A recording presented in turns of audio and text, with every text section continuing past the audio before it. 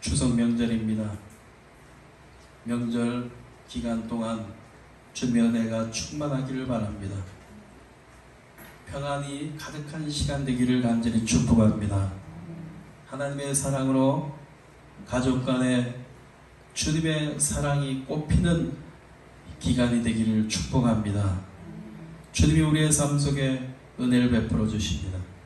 하나님의 사랑은 늘 높고 깊고 넓고 그 어떤 것과 비교할 수 없는 사랑입니다. 우리 날마다 그 사랑을 체험하며 나아가야 될 줄 믿습니다. 아멘. 여러분, 친구가 있습니까? 마음을 터놓고 나의 고민과 문제를 상담해 줄 수 있는 친구가 있습니까? 내가 어려울 때, 힘들 때 도와줄 수 있는 친구가 있습니까? 꿈을 공유하고 나의 달려갈 길을 함께 할 수 있는 친구가 있습니까? 그런 친구가 있습니까? 그런 친구가 있다면 참으로 행복한 사람입니다. 화가 중에 독일의 화가 디러라는 사람이 있습니다. 이 디러는 어릴 적에 몹시 가난했습니다. 서러운 무명 시절, 길고 긴 무명 시절이 있었습니다. 그런데 화가의 꿈을 함께 했던 친구가 있습니다. 한스라는 친구가 있었습니다. 그들은 늘 함께 그림을 그리고 꿈을 키워왔습니다. 두 친구의 꿈은 왕립미술학교에 들어가는 것이었습니다. 언젠가는 왕립미술학교에 들어갈 거야. 서로를 위로하며 그렇게 지냈습니다. 어느 날 연줄이 닿아서 추천서를 서주면 왕립미술학교에 들어갈 수 있다라는 어떤 사람의 이야기를 듣게 됩니다. 그래서 왕립미술학교 들어가기 위해 추천서를 쓰기 위해서 돈을 가지고 갑니다. 그런데 그 사람은 사기꾼이죠. 오늘날에도 마찬가지죠. 길거리에서 연예인 시켜줄게, 가수를 시켜줄게 하면서 돈을 요구하는 사람은 다 사기꾼이라고 보면 됩니다. 그 당시에 디너와 한스에게도 사기꾼이 돈을 주면 추천서를 써주겠다고 하면서 돈을 받아 가버렸습니다. 알고 보니까 추천서가 필요한 것이 아니라 왕립미술학교에 가기 위해서는 입학금이 필요한 것이에요. 돈이 필요했던 것입니다. 그들이 학교 가기 위해서 필요한 입학금은 얼마 되지 않았습니다. 자기가 가지고 있던 돈은 한 명밖에 갈 수 없는 돈이었어요. 그런데 그 밤에 디러가 고민을 했습니다. 한스가 손이 섬세하고 좀 더 재능이 있으니까 한스를 왕립미술학교에 보내야겠다라는 굳은 결심을 했습니다. 그런데 아침에 일어나 보니까 한스가 돈을 놔두고 편지를 써놓고 간 것이에요. 너가 왕립미술학교에 가도록 해라. 그래서 이 디러는 왕립미술학교에 입학을 하게 됩니다. 한스가 남겨준 돈으로 공부를 열심히 했습니다. 그리고 한스는 고향에서 일을 하면서 디러의 학비를 꾸준히 보내주면서 뒷바라지를 했습니다. 그리고 편지를 썼습니다. 자네는 최고 화가가 되어야 해. 이름 있는 화가가 되고 돈도 많이 벌어야 돼. 그래서 나도 자네들 때문에 미술 공부를 할 수 있도록 열심히 해야 돼. 그렇게 격려했다고 합니다. 그런데 어느 날부터 한스의 편지가 오지 않는 거예요. 그냥 돈만 보내고 편지가 오지 않는 것입니다. 처음에는 한스가 피곤해서 일하느라고 힘들어서 편지를 쓰지 않는가 보다 대수롭지 않게 생각했습니다. 그런데 한 번, 두 번 계속해서 돈 봉투만 전해지고 한스는 편지를 보내지 않았습니다. 그래서 시간이 흘러서 디러는 수석 졸업하게 되고 졸업식 날 한스가 보이지 않는 거예요. 그래서 한스를 찾으러 갔습니다. 그런데 어느 성당에 들어가게 됐는데 기도하는 노동자의 모습을 보게 됩니다. 그 노동자가 이렇게 기도합니다. 하나님 감사합니다.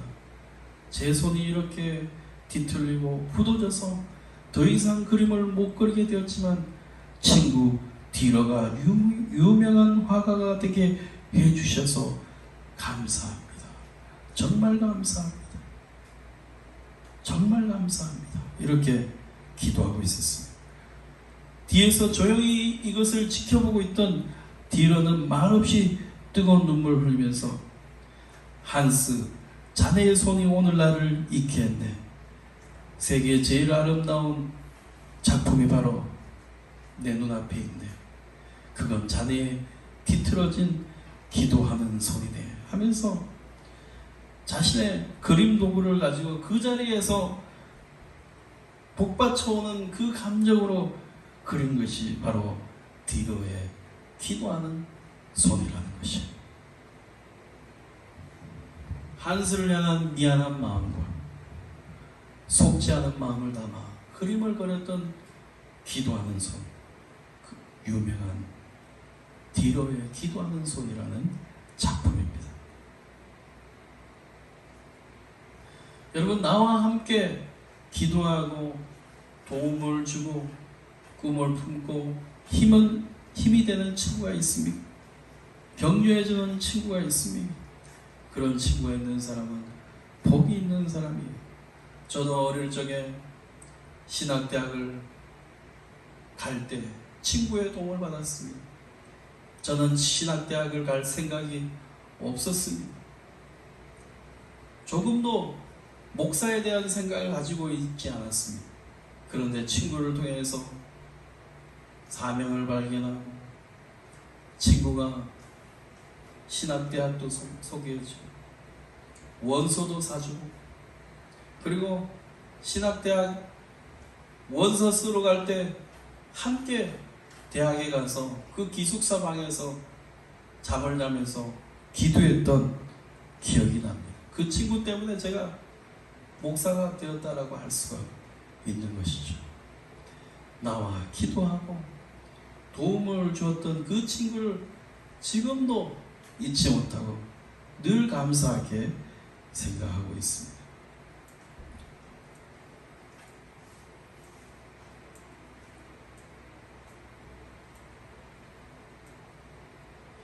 예수는 나를 친구라고 하셨습니다. 예수님은 나를 친구로 불러주셨습니다. 예수님은 나를 하나님의 자녀로 하나님의 백성 삼아 주시고 나를 친구라고 불러주셨습니다. 우리는 예수님의 친구가 되는 것입니다. 예수보다 더 좋은 친구 없네. 예수보다 더 좋은 친구가 없습니다. 예수님은 우리의 친구가 되어주십니다. 오늘 하나님께서 벗이라고 하는 사람이 있습니다.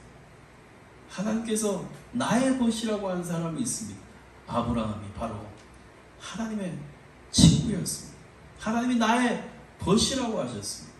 하나님이 나의 친구라고 하셨습니다. 아브라함은 하나님의 벗이었습니다. 하나님이 그를 친구 삼아 주신 것입니다.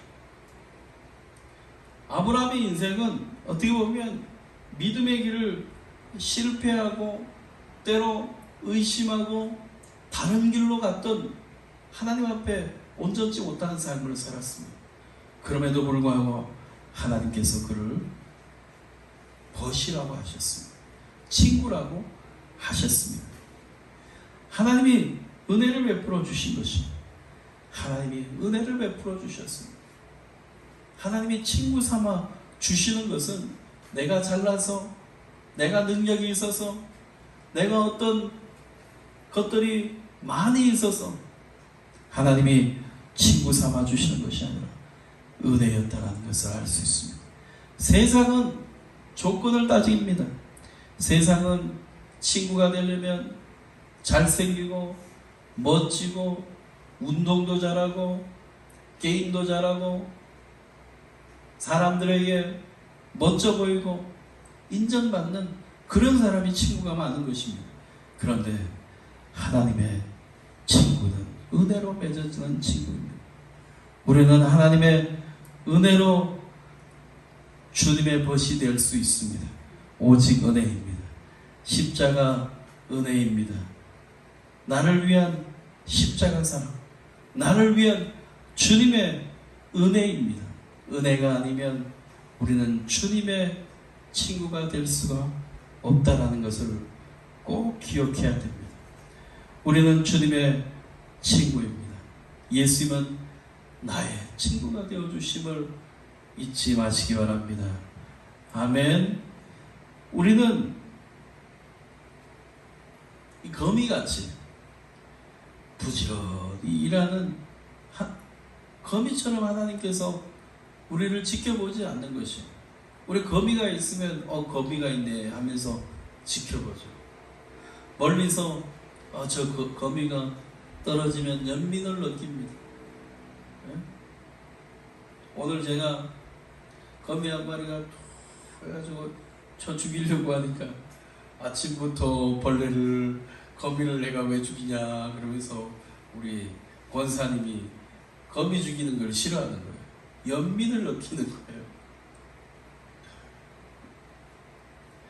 하나님은 멀리서 연민을 느끼는 그런 관계가 아닙니다.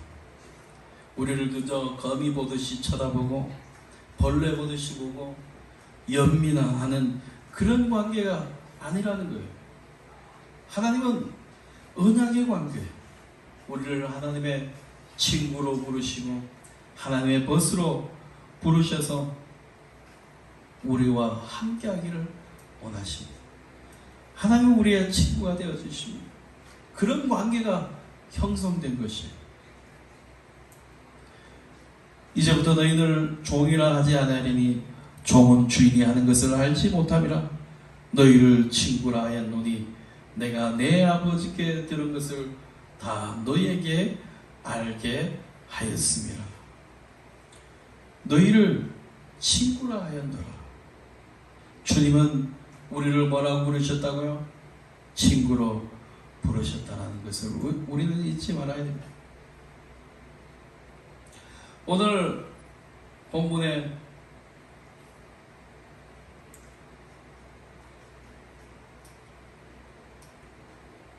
세 명의 방문객이 아브라함을 찾아옵니다. 이 세 사람 중에 한 분은 바로 예수님이십니다. 이 세 명의 방문객이 아브라함을 찾아온 것이에요.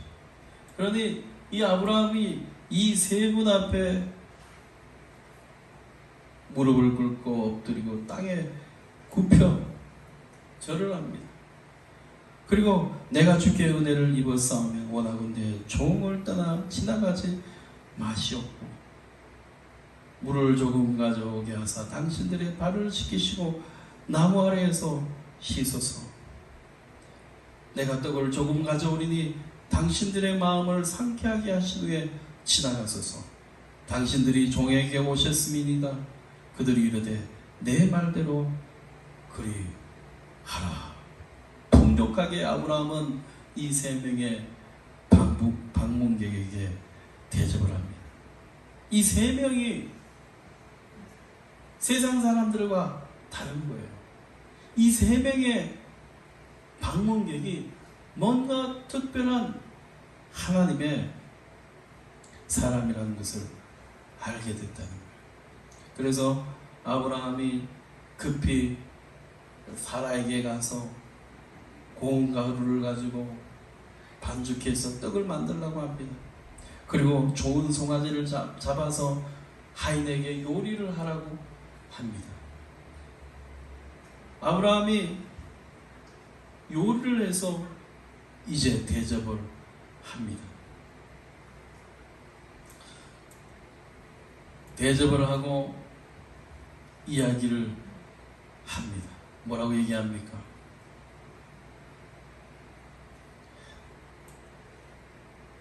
내가 내년 이맘때 반드시 내게 돌아오리니 내 아내 사라에게 아들이 있으리라 하시니 사라가 그 뒤 장막문에서 들었더라.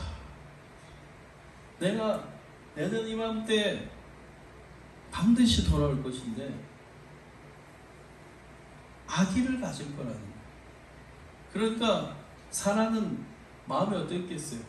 자기는 늙은 할머니인데 어떻게 아기를 가질 수 있나? 웃음이 나와서 웃고 있었어요. 숨어서 웃고 있었습니다. 나는 생리가 끊어지고 태문이 닫혔는데 어떻게 아기를 가질 수 있냐? 내 남편도 늙었는데. 그런데 이 소리를 누가 다 듣고 계셨습니까? 주님이 다 듣고 있었다는 거예요. 사라가 속으로 웃고 있었는데 이걸 누가 다 듣고 있었다고요? 주님이 다 듣고 있었다는 거예요.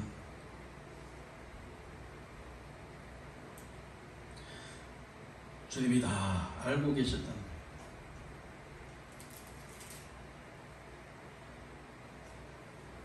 14절 보면 여호와께 능하지 못할 일이 있겠느냐? 기한이 이를 때 내가 내게로 돌아오리니 사라에게 아들이 있으리라. 여러분, 의심 많은 사라가 뭐 했죠? 지난주에 아브라함에게 다가가서 잔소리하면서 뭐 했습니까? 하가를 통해서 아들을 하라고 그렇게 얘기했던 사람이 누구였죠? 사라였어요. 이 사라에게도 하나님의 약속을 재확인시켜 주었습니다. 왜냐하면 하나님은 아브라함의 친구였기 때문에. 아브라함의 친구였기. 약속을 재확인시켜 주십니다. 약속을 확인하기 위해서 하나님은 방문하셨다는 것. 뿐만 아니라 하나님께서는 믿음을 시험하기 위해서 아브라함에게 다시 한번 믿음을 시험하기 위해서 말씀을 신뢰할 수 있는지 알아보기 위해서 방문을 한 것입니다. 여러분, 우리는 사라와 같습니다. 납득이 되지 않고 웃음이 나오는 상황이라는 것을 누구나 알 수 있는 거예요. 우리 차권사님에게 아기를 가질 겁니다. 그러면 웃음이 나오지 않겠어요? 네? 우리 월조 집사님에게 아기를 가질 겁니다 하면 웃음이 나오지 않겠냐고요. 납득이 되지 않는 상황이기에 당연하다는 거예요. 우리의 모습이라는 거예요. 여러분, 그러나 믿음으로 받아들여야 된다는 거예요. 하나님의 말씀은 믿음으로 받아들여야 된다는 거예요. 천국이 있습니다. 하나님의 나라가 있습니다. 영원한 하나님 나라가 있습니다. 사람들은 납득이 되지 않는 거예요. 천국이 어디냐? 내 주먹을 믿겠다. 천국이 있으면 내가 너한테 1,000원 줄게. 사람들은 참 믿겨지지 않는 것이죠. 납득되지 않는 것이죠.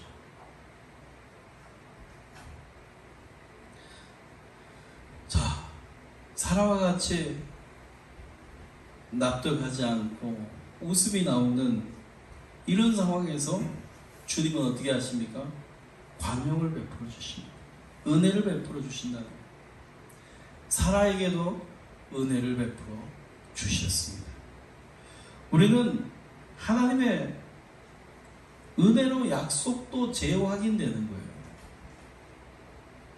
확신을 가지고 약속의 재확신을 가지는 것도 하나님의 은혜라는 거예요. 내 삶에 확신을 가지고 매일매일 살아가는 것은 하나님의 은혜라는 거예요. 웃음밖에 나오지 않는 사라에게 재확인을 시켜주는 거예요. 약속을 재확신시켜주는 겁니다. 아브라함에게 말씀해 주는 것입니다.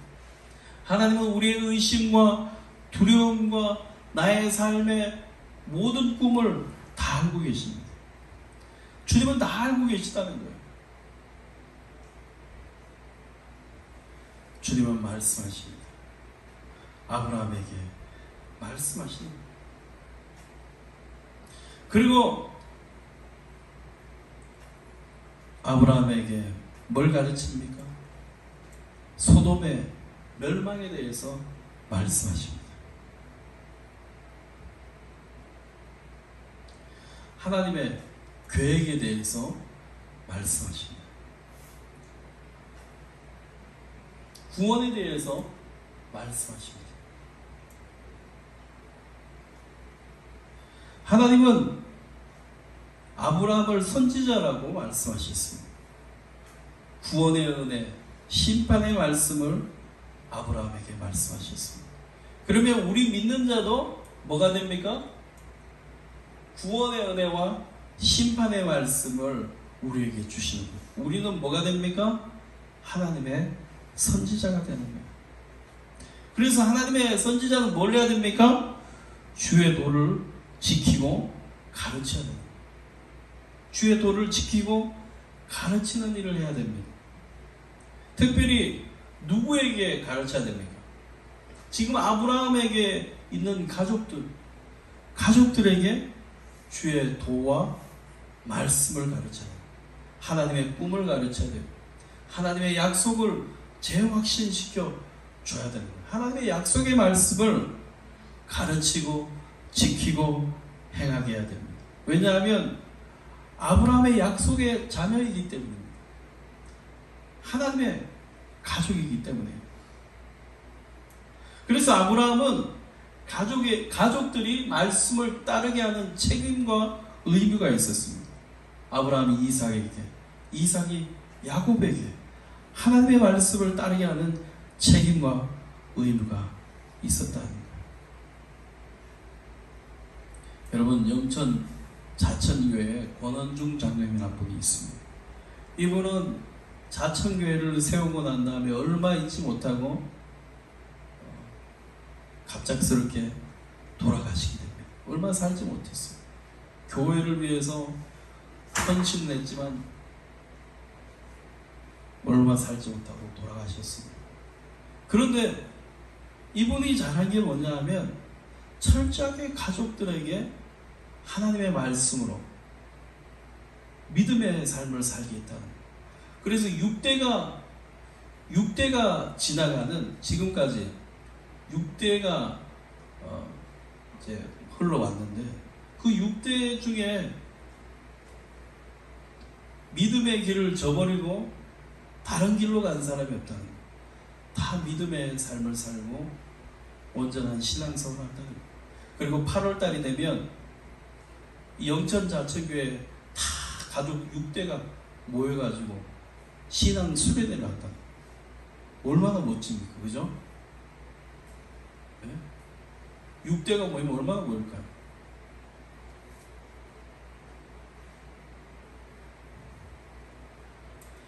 여러분, 자천교회 기념비가 있습니다.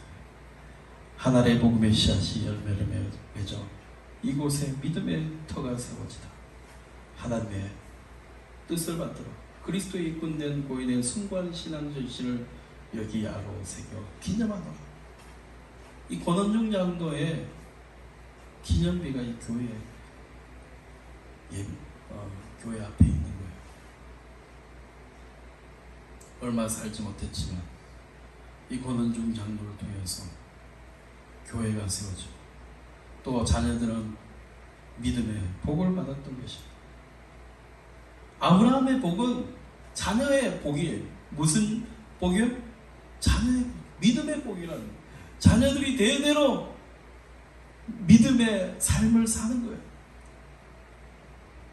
아브라함이 이삭을 낳고 이삭이 야곱을 낳고 야곱이 12아들을 낳고 요셉이 믿음의 삶을 살고 이스라엘 백성들이 말씀의 믿음을 살고 대대로 민족이 번창하고 복을 받는 것은 믿음의 삶을 사는 거예요.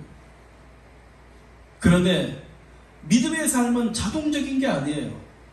믿음의 삶은 자동적인 게 아닙니다. 힘쓰고 애쓰고 지키고 해야 됩니다.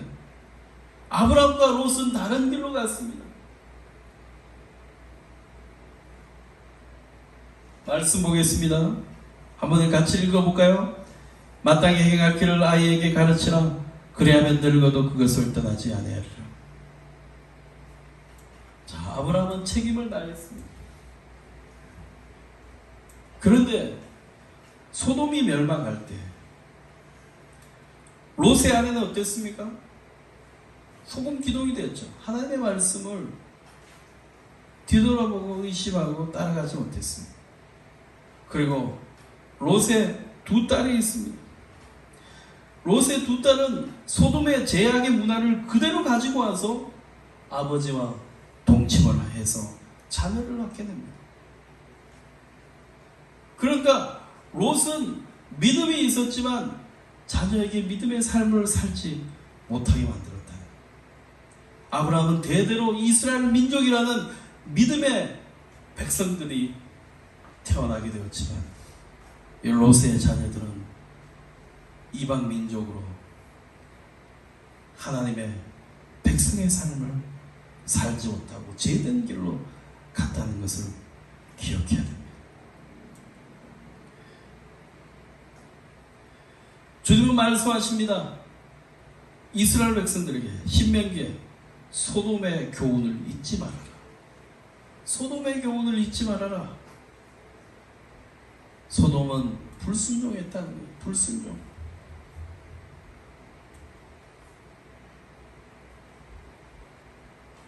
우리는 소돔의 교훈을 배우듯이 자녀에게 소돔의 교육을 가르치는 유황불로 멸망당하는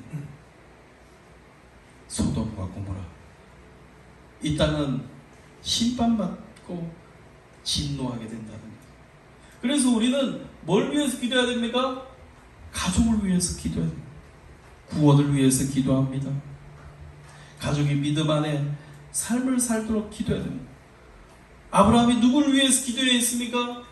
오늘 본문에 롯을 위해서 기도하는 거예요. 조카 롯을 위해서 기도하는 거예요. 여러분, 아브라함의 기도는 어떻게 보면 근거가 없는 기도입니다. 그러나 예수님의 기도는 어떻습니까? 대제사장의 기도입니다. 예수님은 중보자이십니다. 우리를 위해서 구원하시고 영원한 운명을 바꾸시는 분이십니다.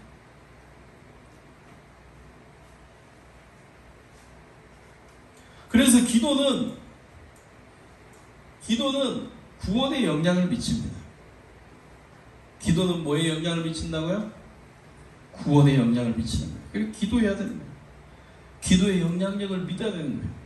저 사람이 구원받도록, 우리의 가족이 믿음의 삶을 살도록 기도해야 됩니다. 소돔에는 10명의 의인이 없었습니다. 그런데 하나님께서 어떻게 했습니까? 10명의 의인이 없었지만 주님은 소돔 땅에 있는 롯의 가정을 구원해 주셨습니다. 여러분, 세상의 심판과 모든 의로운 일은 예수님의 십자가 앞에 있다는 것을 알아야 됩니다. 날마다 우리는 십자가 복음을 전하고 십자가 복음의 은혜를 나누며 살아야 됩니다. 전하는 특권입니다. 기도하는 특권이 있다는 거예요. 여러분, 아브라함이 하나님 앞에 중재했듯이 우리도 나의 기도를 통해서 다른 이의 구원을 중재할 수 있고 하나님 품으로 돌아오게 할 수 있다는 것을 깨닫고 주님 앞에 나아가는 우리 모두가 되기를 간절히 축복합니다.